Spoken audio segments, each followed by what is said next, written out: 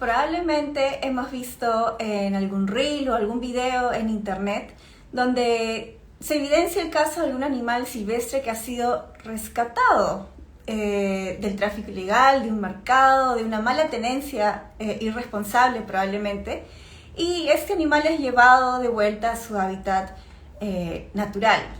Sin embargo, si bien todos en algún momento probablemente hemos visto alguna noticia o algún video similar, ¿qué tan común son realmente esas historias de éxito?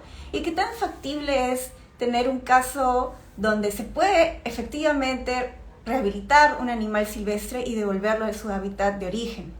Para responder esa y muchas preguntas más, tenemos con nosotros el día de hoy al doctor Carlos Calvo Mac. Él es médico veterinario zootecnista, magíster en ciencias del mar y doctor en medicina de la conservación. Y por supuesto un muy querido invitado que en realidad apreciamos mucho tener de vuelta por aquí. Él nos acompaña el día de hoy desde la cuenta de conservación, en donde él es director de proyectos. Carlos, te invito a participar.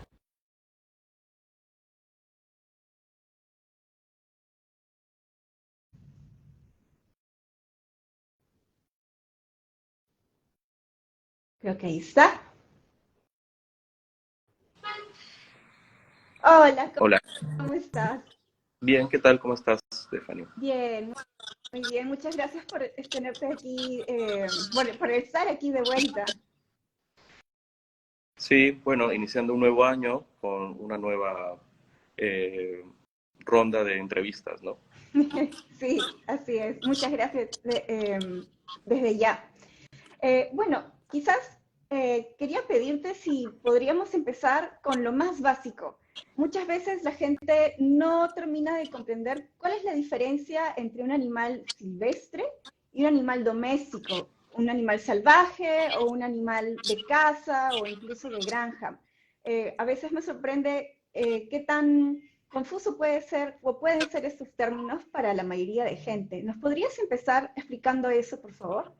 Sí, bueno, los animales en general nosotros clasificamos un poco por sus usos y orígenes, por así decirlo, y empezamos por un animal doméstico, ¿no? Un animal doméstico es aquel que ha pasado un proceso de domesticación o está actualmente en un proceso de domesticación. ¿Qué significa eso?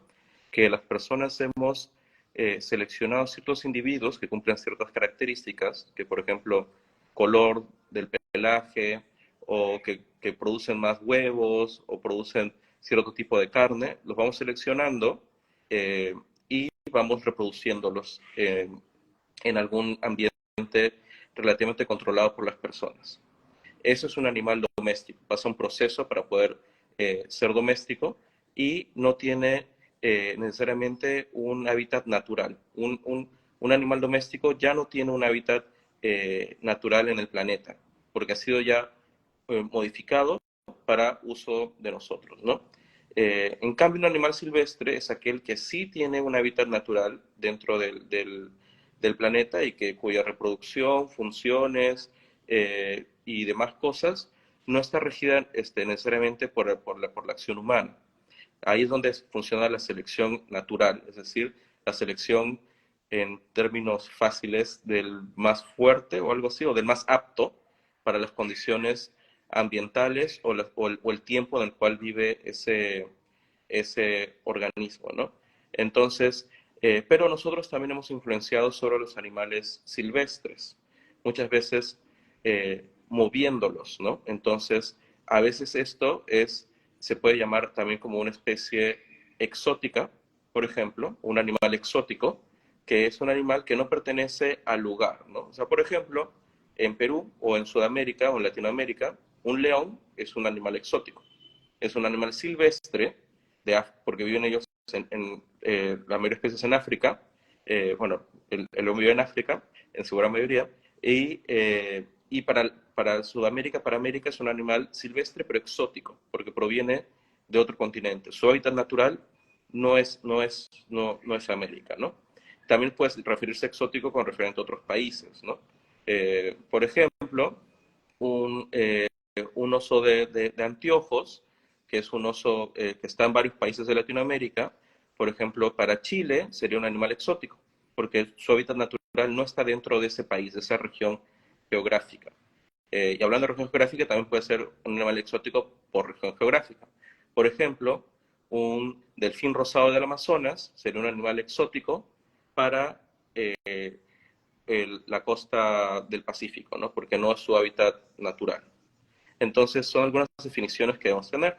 Además, también existen algunas definiciones sobre animales, por ejemplo, invasores, que ahí es cuando nosotros hemos movido un animal, ya sea doméstico o silvestre, de una localidad, que puede ser su hábitat natural, en el caso de los silvestres, a otro lugar, y al moverlo, este lo hemos liberado, o se ha liberado por varias causas, y ha logrado causar una invasión, es decir, ha logrado reproducirse y ha logrado extenderse, ¿no? Empezar a extenderse en el lugar. Y esto puede causar muchos problemas, y las especies exóticas invasoras son un problema a nivel mundial, y causa obviamente muchos daños y consecuencias, que obviamente ya hablaremos de eso en otra oportunidad, ¿no?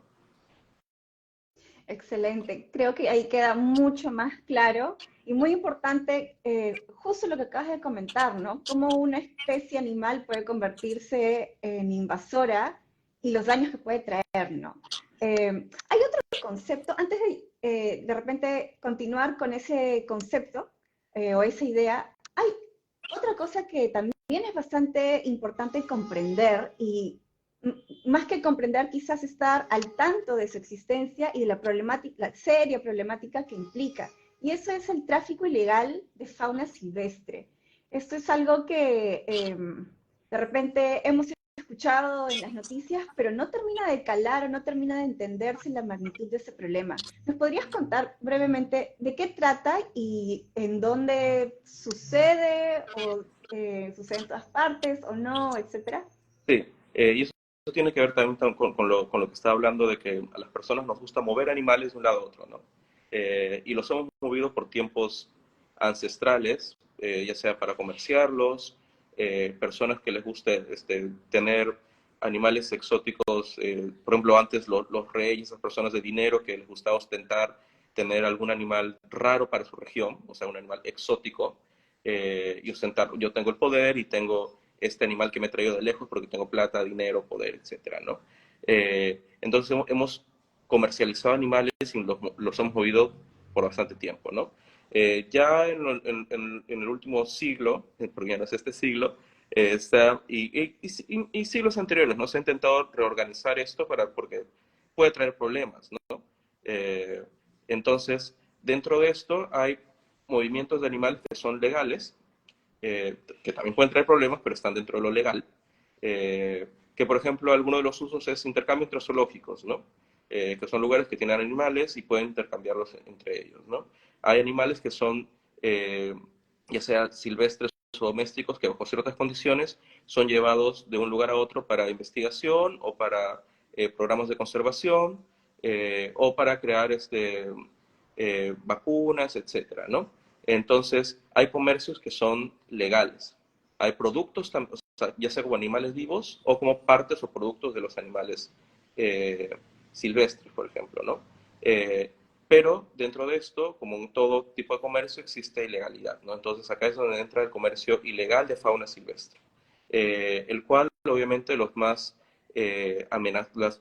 El problema es cuando este comercio ilegal aborda especies amenazadas, es decir, especies que por muchas circunstancias se encuentran con bajas poblaciones, su hábitat está muy alterado o en peligro. Además, también en la actualidad, el gran problema que tenemos con este tipo de comercio, ya sea legal o ilegal, es la transmisión de microorganismos, ¿no? De patógenos, de microbios, a través de este comercio, porque tengamos en cuenta que más del 70% de las enfermedades infecciosas de las personas proviene de un animal, es decir, es una zoonosis, o sea, una enfermedad transmitida por animales. Y dentro de este gran grupo de enfermedades zoonóticas, la gran mayoría tiene parte de su ciclo en animales silvestres, en animales que no son domésticos necesariamente, ¿no?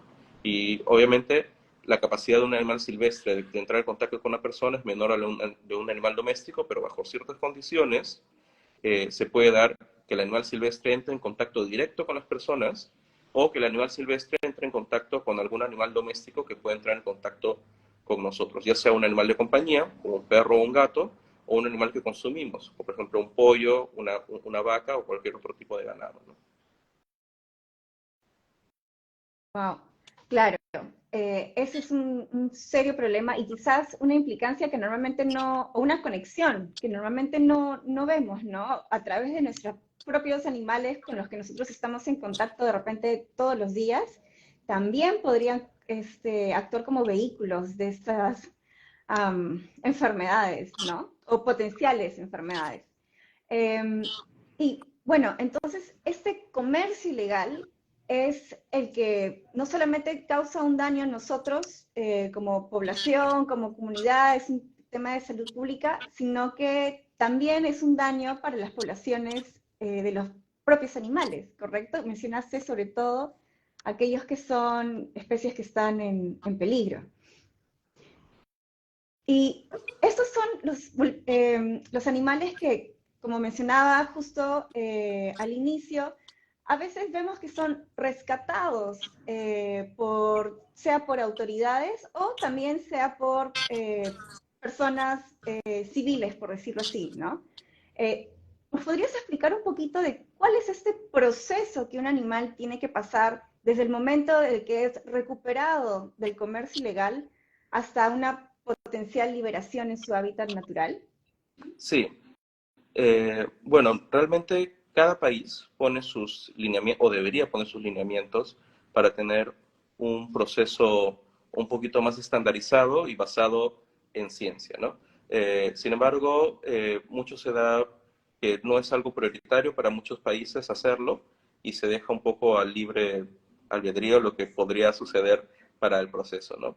Aparte que es un problema que requiere una gran inversión, o sea, afrontar el tráfico de fauna silvestre requiere una gran inversión de dinero, requiere bastante capacidad técnica, tiempo también para lograr disminuirlo, y básicamente el rescate como tal o la rehabilitación de la fauna silvestre es solamente una parte del problema o de la casi solución del problema, ¿no? O sea, está al final de la cadena porque lo que hace es recibir al animal que ya ha sido decomisado, es decir, extraído de la cadena ilegal para llevarlo a un proceso de eh, rehabilitación para ver si este es apto o no para, o sea, puede tener varias, varios finales, ¿no? Puede ser apto o no para poder regresar a su medio ambiente o un medio ambiente que le hace falta este organismo o esta especie y cumplir funciones ecosistémicas dentro de ese lugar, o podría entrar a un sistema de conservación y ser, por ejemplo, parte de crear progenie que pueda ayudar a repoblar alguna otra zona o reintroducir la misma especie en otro lado, o podría entrar a una cautividad definitiva y pasar a un proceso de un animal que se ha utilizado en zoológicos, por ejemplo, para educación ambiental, para investigación científica, etcétera, o lamentablemente es un animal que no puede cumplir ninguna de esas, no puede llegar a ninguno de esos procesos de ahí y lamentablemente siempre la eutanasia puede ser una de las opciones, ¿no? En estos casos, especialmente si es un animal que, por ejemplo, tiene la posibilidad también de transmitir algún patógeno importante en salud pública. Acabamos de pasar acá, por lo menos la costa del Pacífico de Sudamérica, una epizotia, es decir, una epidemia en animales de influenza aviar. Entonces, las aves han sido un gran problema, ¿no? En ese sentido, durante esas épocas.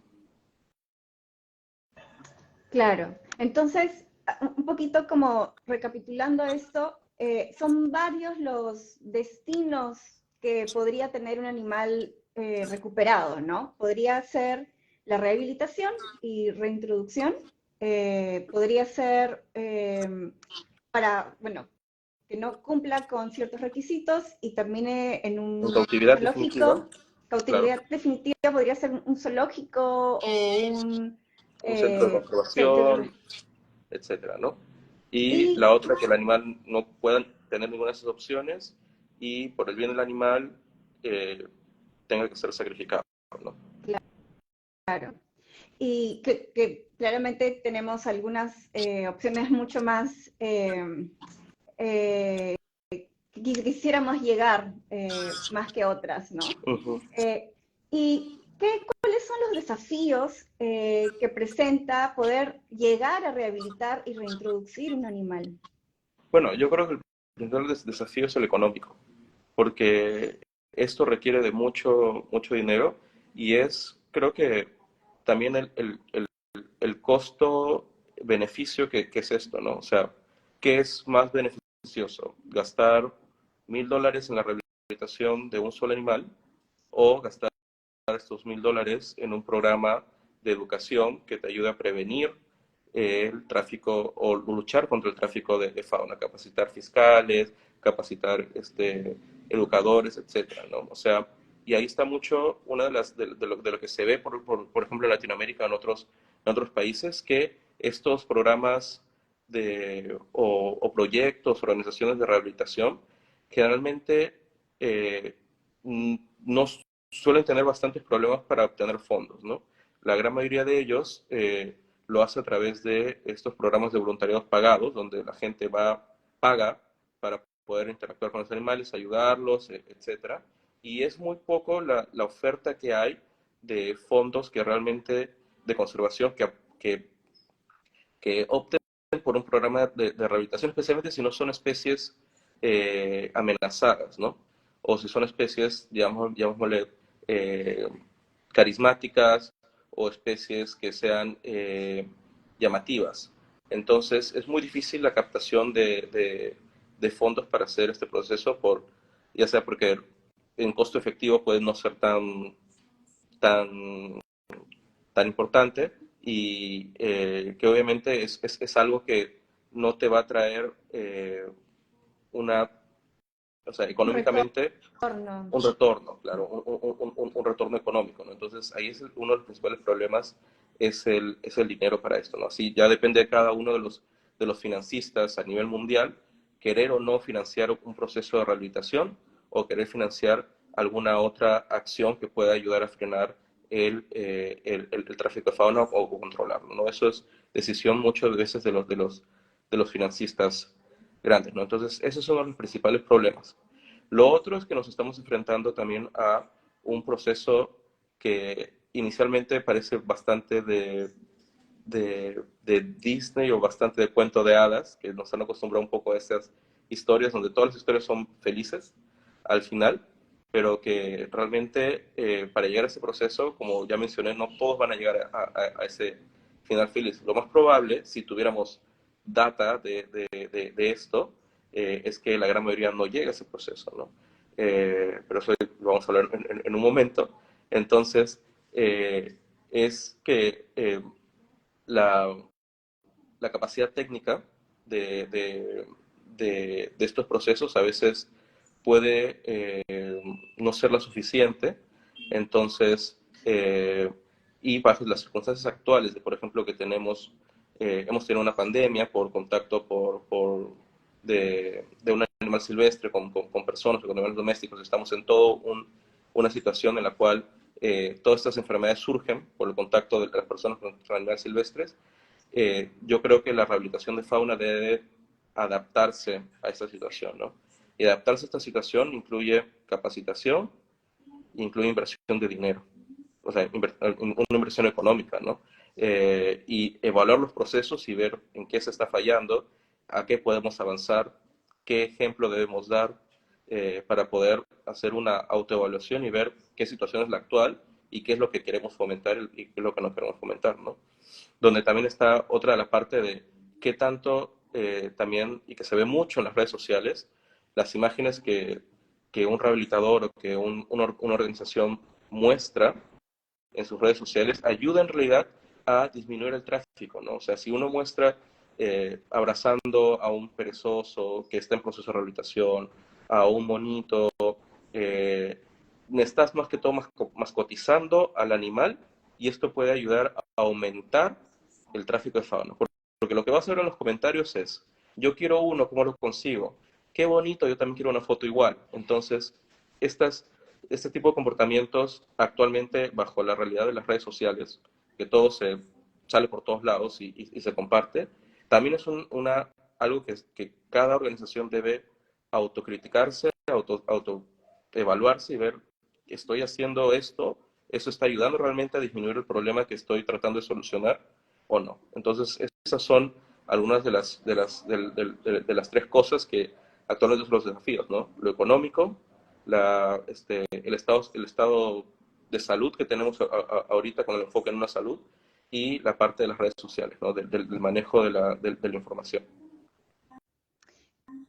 Tres puntos bastante diferentes y que abarcan bastantes cosas, ¿no? Implica bastante acciones que a veces damos quizás por sentado, ¿no? Sobre todo en ese tema que mencionas de las redes sociales, a veces de repente inocentemente no vemos el potencial peligro que podría estar detrás, ¿no? Y hablando de peligros también, imaginando que tenemos todo esto en cuenta, sobre todo la parte económica, eh, no, no nos proponemos a pensar en la capacitación que debería haber, ni en el estudio que deberíamos hacer, sino que simplemente hacemos una rehabilitación como podemos. ¿Cuáles serían los peligros de hacer una mala reintroducción de un animal? Claro, porque en teoría el proceso de rehabilitación va a hacer que este animal pueda ser liberado en un hábitat, ¿no? Entonces, esto ya requiere de muchos más estudios e información posterior a esto, ¿no? Porque ¿dónde se va a liberar? Este lugar donde se va a liberar ya tiene individuos de esa especie. Al liberar a este animal o a este grupo de animales, ¿cómo vamos a afectar a los que ya viven ahí? Eh, este grupo de animales o este animal ya pasó por un test de descarte de enfermedades, lo cual puede ser bastante costoso y difícil de encontrar. ¿Cuáles son las consecuencias de liberar este animal en este lugar? O sea, son cosas que hay que ponerse a pensar muchas veces para ver realmente si vale la pena hacerlo o no. Y en el vale la pena también está la información que tenemos actualmente sobre cuántos de esos procesos que se hacen y que salen en las redes sociales realmente son exitosos. O sea, mucha de esta información lamentablemente queda en el olvido o no es publicada, o a veces simplemente la gente no quiere publicarlos porque falló el proceso. Entonces, realmente es plata, tiempo invertido de buena manera, o sea, son procesos que van a salir, que la estadística, la investigación científica dice que va a salir, es muy probable que salga bien, o estamos jugando algo muy azaroso y que probablemente, como en una, como en un bingo, probablemente no vayamos a ganar, ¿no? Entonces, son estas cosas que se deben evaluar, ¿no? Y también, por ejemplo, apostar por qué tipo de especies es más costo-beneficio que podemos escoger, ¿no? O sea, no es lo mismo liberar un grupo de monos que una tortuga o un animal que en un ecosistema o en un hábitat que está en proceso de regeneración, por ejemplo, algo regenerado de minería ilegal versus un parque nacional, ¿no? Que ya tiene sus especies y toda su estructura, ¿no? Entonces son varios detalles que hay que evaluar y que obviamente deberían estar más estandarizados por los diversos organismos gubernamentales que están a cargo de esto. Pero para esto necesitamos mucha información científica que también cuesta dinero y que, sinceramente, si es que tuviéramos mesas de trabajo más abiertas y más donde hay un debate saludable, yo creo que podríamos llegar a mejores condiciones, ¿no? Dentro de la rehabilitación y la reintroducción o introducción de fauna silvestre rehabilitada, ¿no? Claro, hay tanto, entonces, muchísimo por hacer en ese aspecto, ¿no?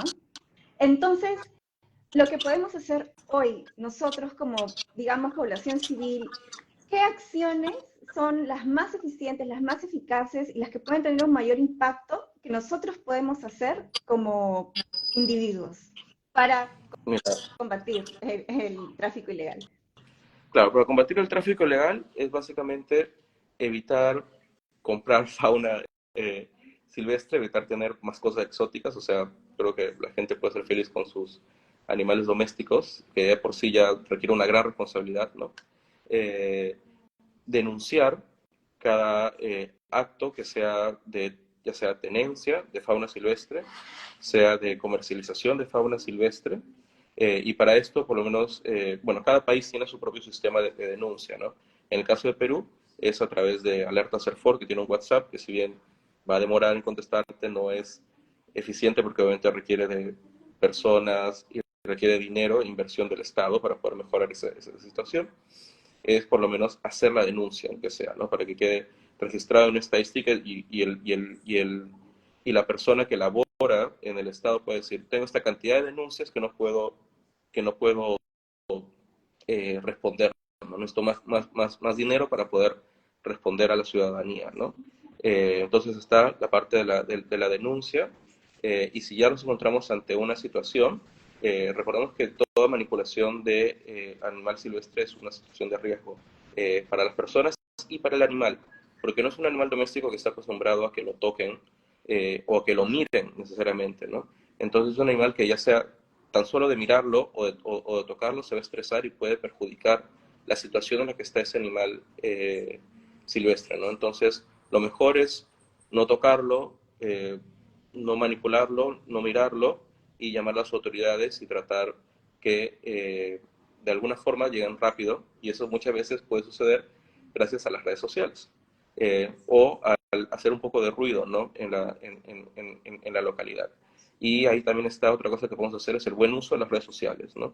O sea, no compartiendo imágenes que promuevan la tenencia ilegal de fauna silvestre, es decir, cuando la gente va a localidades donde hay, donde te venden turísticamente la interacción con fauna silvestre, una foto con la anaconda, una foto con el águila en el brazo, una foto con los coatís que están ahí en el manglar, etcétera, que van a ganar un montón de likes, pero es no fomentar este tipo de actividades, ya sea o compartiendo o poniéndole like. Es más, hay opciones de denuncia en las redes sociales, que ya sea TikTok, Instagram o cualquiera, donde dice abuso animal, si no me equivoco, se puede denunciar, se puede compartir también con esas imágenes con las autoridades, y obviamente informar, ¿no? O sea, si ya sabes que esto está mal, es importante, si es una persona que conoces y que sabes que podría aceptar bien la crítica, puedes informarle, decirle, no debes hacer esto de acá porque esto fomenta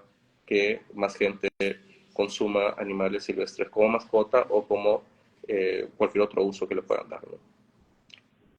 Creo que esto último que acabas de mencionar resuena bastante. Me parece que se necesita mucho valor para toda la tarea, mucho valor y mucho esfuerzo para todo lo que es profesionalmente y adecuadamente buscar trabajar en contra del tráfico ilegal.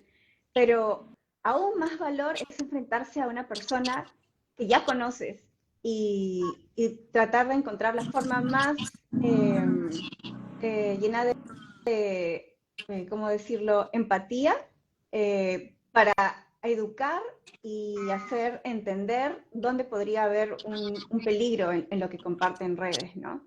Eh, y me llevo ese aprendizaje y los invito a todos a reflexionar al respecto y reflexionar sobre lo que encuentran en redes, ¿no? De repente algo despierta en nosotros una reacción bastante emotiva porque nos parece lindo, muy tierno, pero quizás sería aún más importante y mucho más valioso ver lo que hay detrás y lo que implica de repente ver a una pequeña nutria en el baño de una persona o un pequeño mono jugando en una habitación dentro de un departamento, por ejemplo. Creo que son unos videos que por ahí alguna vez hemos visto, ¿no? Eh, Sí, Muchísimas y gracias, Carlos. también, No sé si hay... sí, y también algo importante es también hacer una autocrítica a uno mismo, ¿no? Especialmente uno que como estudiante, por ejemplo, yo estudié medicina veterinaria, entonces he pecado en ese sentido, entonces he hecho mi autocrítica y he visto, ok, estas fotos que tengo no deberían estar en las redes sociales, no debería estar publicándolas porque fomento el mascotismo, no tengo una adecuada bioseguridad en el manejo de la fauna silvestre, entonces, por más que tenga como 500 likes una foto, la quito, porque no es la información que quiero dar, no es la información que uno quiere a futuro, ¿no? Entonces también es una autocrítica para los profesionales, para los estudiantes también de las ciencias que pueden interactuar o de las profesiones que pueden interactuar con fauna silvestre, es evaluar y decir, ok, la foto, lo que yo quiero dar, ¿qué prefiero? ¿Los likes o las interacciones que causa esa información? O realmente lo que puede ocasionar esto de acá, porque dense cuenta de los tipos de comentarios que van a caer ahí. Yo quiero hacer eso ahí, yo quiero una foto como esta, yo quiero ese animal en mi casa, cuánto cuesta, etcétera. Entonces, es un poco hacer una evaluación de sí mismo, o muchas veces, que es más difícil, es evaluar a las personas que han sido en algún momento tus mentores, ¿no? Y que ves que siguen con esas, eh, con esas prácticas.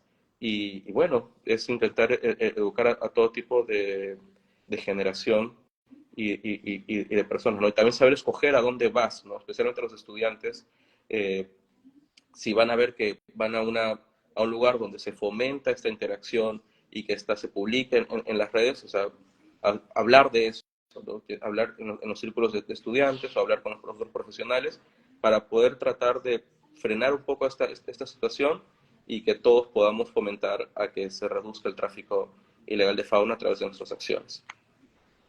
Creo que estamos en el mismo bote, en la misma situación. Carlos, yo también admito que en algún momento en mi ignorancia lo he hecho y muy importante, voy a revisar mis redes porque estoy segura que por ahí debe haber alguna foto que ahora que sé algo, cómo lo que implica realmente, de repente debería borrar. Y los invito a todos a seguir ese ejemplo. Puede ser un poco difícil o tedioso, pero es realmente una de las cosas más valiosas que podemos hacer en nuestro accionar contra o en pro de la fauna silvestre. Sí, y por último, y si vamos a subir una foto de interacción con fauna silvestre de nuestro trabajo, por ejemplo, explicar, hago esto por esta situación. No es una foto en la cual yo poso con el animal simplemente por la foto, sino es una foto de interacción con algún tipo de manejo, que sería la única razón por la cual deberíamos interactuar con el animal silvestre, y explicar qué es lo que estoy haciendo, qué equipo de seguridad estoy utilizando por una situación de riesgo, ¿no? O sea, es brindar la información a las otras personas que no, que por su trabajo no tienen la oportunidad de manejar un animal silvestre, pero que esta es una situación de riesgo que requiere de cierta capacidad profesional para poder hacerla, ¿no?